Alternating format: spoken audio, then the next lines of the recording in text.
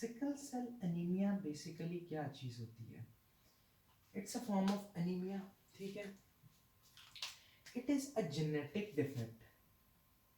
ये एक क्या है? जेनेटिक डिफेक्ट है। किस चीज का जेनेटिक डिफेक्ट है? हीमोग्लोबिन की में ग्लोबिन चेन का, to be particular beta globin chain का क्वालिटेटिव डिफेक्ट है, ठीक है जी। अब जेनेटिक डिफेक्ट है, हीमोग्लोबिन पे बीटा ग्लोबिन चेन पे क्वालिटेटिव डिफेक्ट आता है। कैसे कि बीटा ग्लोबिन चेन पे क्रोमोसोम नंबर 11 पे उसकी पोजीशन नंबर 6 पर एक नॉर्मली क्या होता है कि क्रोमोसोम नंबर पे 11 पे पोजीशन नंबर 6 पे ग्लूटामिक एसिड अटैच हुआ होता है।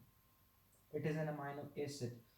नॉर्मली क्या होता है कि बीटा ग्लोबिन चेन की क्रोमोसोम नंबर 11 की पोजीशन नंबर 6 पर ग्लूटामिक एसिड अटैच हुआ होता है।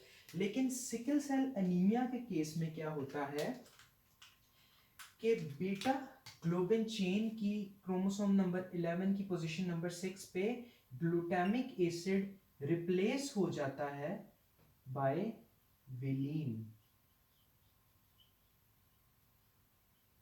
ठीक है जी। वेलिन से हो जाता है रिप्लेस। अब देख लेते हैं, दो चीजें होती हैं।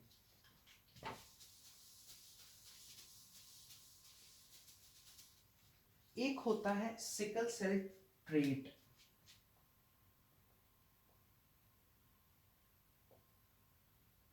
और एक होता है हमारे पास सिकल सेल अनीमिया। अब सिकल सेल ट्रेट में जो हमारे पास हीमोग्लोबिन होती है वो हीमोग्लोबिन ए और एस होती है। मतलब कि उसमें 60% सिकल्ड हीमोग्लोबिन होती है और 40% हमारे पास एडल्ट हीमोग्लोबिन प्रेजेंट होती है। जो सिकल सेल का ट्रेट का पेशेंट होता है वो टोटली एसिम्प्टोमेटिक होता है, और सिकल सेल ट्रेट के पेशेंट जो होते हैं ये तमाम मलेरिया से नेचुरल प्रोटेक्शन रखते हैं, ठीक है जी। ये तो था हमारे पास सिकल सेल ट्रेट। अब देखते हैं सिकल सेल एनीमिया क्या होता है। सिकल सेल एनीमिया में 100% हमारे पास सिकल्ड हीमोग्लोबिन होती है, ठीक है जी। अब पैथोजेनेसिस देख लेते हैं सिकल सेल एनीमिया की कैसे होती है। नॉर्मली क्या होता है कि 6 मंथ ऑफ लाइफ तक जो इंडिविजुअल होता है उसमें हीमोग्लोबिन, फीटल हीमोग्लोबिन होती है। लेकिन after 6 months foetal haemoglobin convert हो जाती है एडल्ट हीमोग्लोबिन में, जिसमें बीटा चेन होती है या बीटा ग्लोबिन चेन होती है, ठीक है जी। अब क्योंकि sickle cell anemia beta globin chain का डिफेक्ट है, तो जब फीटल हीमोग्लोबिन कन्वर्ट होती है एडल्ट हीमोग्लोबिन में आफ्टर 6 मंथ्स ऑफ लाइफ, तो क्या होता है कि जो हमारे पास आरबीसीज बन रहे होते हैं वो सिकल्ड आरबीसीज होते हैं। क्योंकि इनमें क्या है, सिकलर्स में क्या होता है, सिकल सेल एनीमिया के पेशेंट में जो अडल्ट हीमोग्लोबिन होती है उसकी बीटा ग्लोबिन चेन पे सिकलिंग हुई होती है या ग्लूटामिक एसिड रिप्लेस हुआ होता है वेलिन के साथ। अब सिकल्ड आरबीसीज जब इनिशियली उनकी डीऑक्सीजनेशन होती है तो क्या होता है, ये आरबीसीज कन्वर्ट हो जाते हैं इनटू थिक विस्कस जेल में। इस चीज को हम कहते हैं सिकलिंग। और जब डीऑक्सीजनेशन के बाद आरबीसीज थिक विस्कस जेल की फॉर्म में आ जाते हैं। उसके बाद जब दोबारा रीऑक्सीजनेशन होती है तो क्या होता है, आरबीसी वापस अनसिकलिंग हो जाती है। ठीक है जी, अनसिकलिंग हो जाती है। अब इनिशियली तो ये क्या सारा प्रोसेस है, इनिशियली ये सारा प्रोसेस रिवर्सिबल होता है, बट रिपीटेडली सिकलिंग और अनसिकलिंग की वजह से आरबीसीज जो हैं ये क्या होते हैं,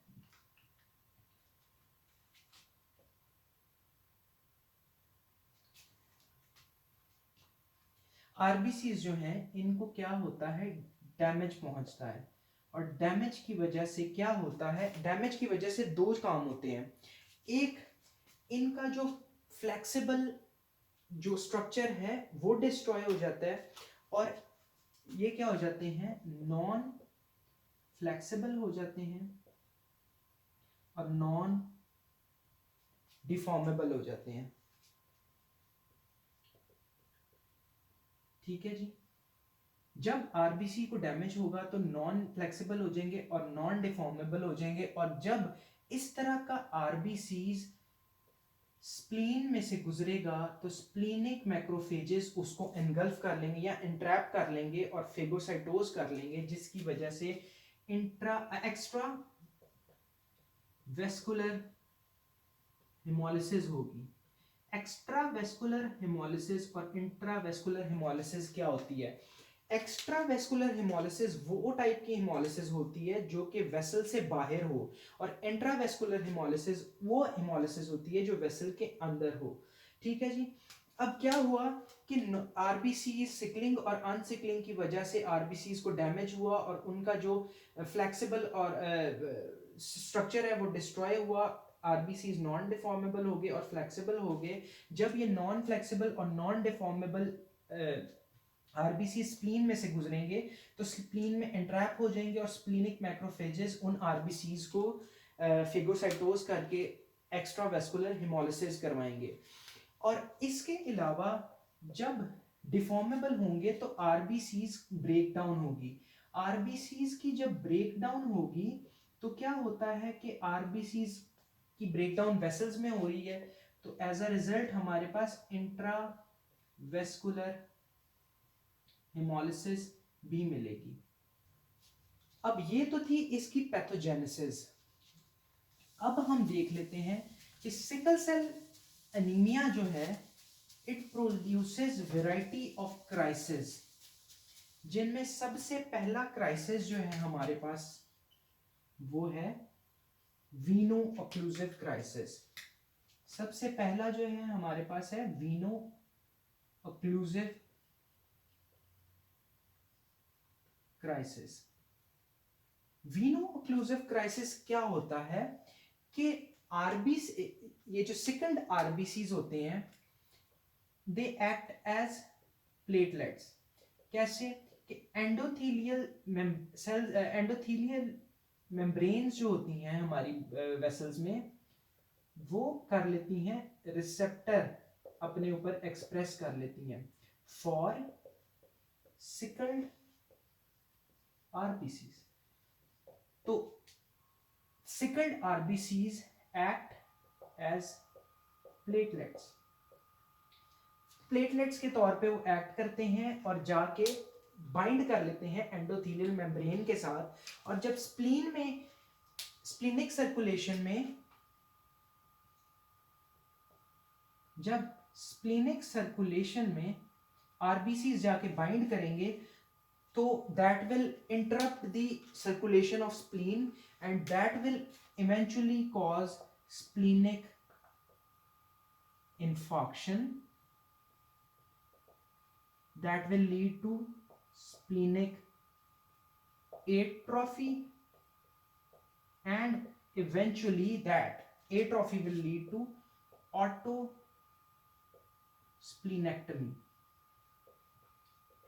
ठीक है जी, क्या हुआ कि सबसे पहले वीनो ऑक्लूसिव क्राइसिस, सबसे पहला क्राइसिस जो सिकल सेल एनीमिया के पेशेंट्स में पाया जाता है, कॉम्प्लिकेशन है सिकल सेल एनीमिया की, वो है वीनो ऑक्लूसिव क्राइसिस। इसमें क्या होता है कि एंडोथेलियल मेम्ब्रेन्स के ऊपर सिकल आरबीसीज के ऊपर के लिए रिसेप्टर एक्सप्रेस होता है, और जब सिकल आरबीसीज बाइंड करते हैं एंडोथेलियल मेम्ब्रेन के साथ, तो दैट एक्ट एज प्लेटलेट्स, और बाइंड करने की वजह से स्प्लीनिक सर्कुलेशन, जब वो स्प्लीन में बाइंड करेंगे तो स्प्लीनिक सर्कुलेशन इंटरप्ट होगी, that will result in splenic infection, eventually splenic atrophy and autosplenectomy. इसके अलावा स्प्लीनिक इन्फेक्शन, ऑटोस्प्लीनेक्टमी या स्प्लीनिक एट्रोफी के अलावा वीनो ऑक्लूसिव क्राइसिस में आ जाता है acute chest syndrome. Acute chest syndrome में क्या होता है, it is a complication of sickle cell anemia. इसमें क्या होता है कि पेशेंट आएगा जी, एनीमिया की प्रोफाइल लेके आएगा, सारी सिकल सेल एनीमिया की प्रोफाइल होगी, और उसमें क्या होगा कि एक्यूट चेस्ट सिंड्रोम में क्या होगा कि इन्फिल्ट्रेट्स पाए जाएंगे चेस्ट एक्सरे पे, ठीक है जी। सेकंड क्या होता है कि हमारे पास एक थर्ड हमारे पास है एक मशहूर जमाना बैक्टीरिया है salmonella typhi. Salmonella typhi normally notorious है टाइफाइड कॉज करने में, लेकिन एक सिकल सेल एनीमिया के पेशेंट में साल्मोनेला टाइफी जो है ये painful hand and feet syndrome cause करता है, painful hand and feet syndrome cause करता है, ठीक है जी। उसके अलावा आपके पास 10% चांसेस होते हैं स्ट्रोक के। उसके अलावा it can cause renal infection. उसके अलावा it can cause skin infection. अब ये हर जगह पे इन्फेक्शन कर रहा है, क्योंकि स्प्लीन में भी इन्फेक्शन कर रहा है, ठीक है जी, रीनल इन्फेक्शन भी कर रहा है, स्किन इन्फेक्शन भी कर रहा है, स्ट्रोक भी कर रहा है। ये क्यों कर रहा है? क्योंकि एंडोथेलियल मेम्ब्रेन पे इनके लिए सिकल्ड आरबीसीज के लिए रिसेप्टर एक्सप्रेस हो जाता है, और ये बाइंड कर लेते हैं उधर से उधर जाके रिसेप्टर के ऊपर, एंडोथेलियम के रिसेप्टर के ऊपर जाके बाइंड कर लेते हैं। इस वजह से सर्कुलेशन में इंटरप्शन आती है, that will result in infection.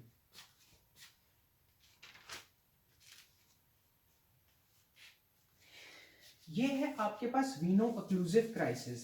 Second जो है वो second complication of sickle cell anemia is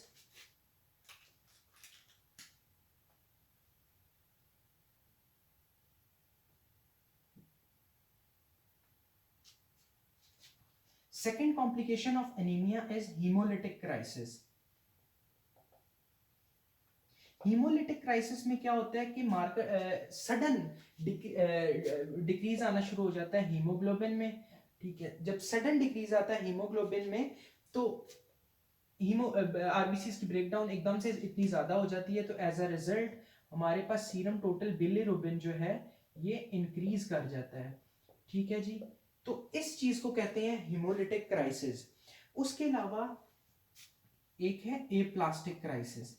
अब एप्लास्टिक क्राइसिस क्या होता है कि नॉर्मली एक बैक्टीरिया, एक वायरस है पार्वो वायरस, वो क्या करता है कि सिकल सेल एनीमिया में ट्रांजिएंट सप्रेशन कर देता है बोन मैरो की, that results in aplastic anaemia. तो क्या होता है कि एक वायरस है हमारे पास पार्वो वायरस, ये सिकल सेल एनीमिया के पेशेंट में क्या करता है, transient suppression of bone marrow.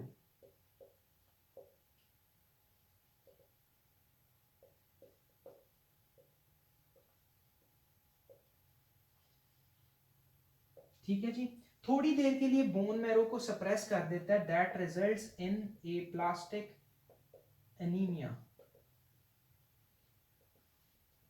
ठीक है। उसके अलावा अच्छा, ये तीन चीजें आ जाती हैं जो कि इसकी कॉम्प्लिकेशन है या क्राइसिस है। तीन क्राइसिस हैं, venoocclusive crisis, haemolytic crisis, aplastic crisis, ठीक है जी।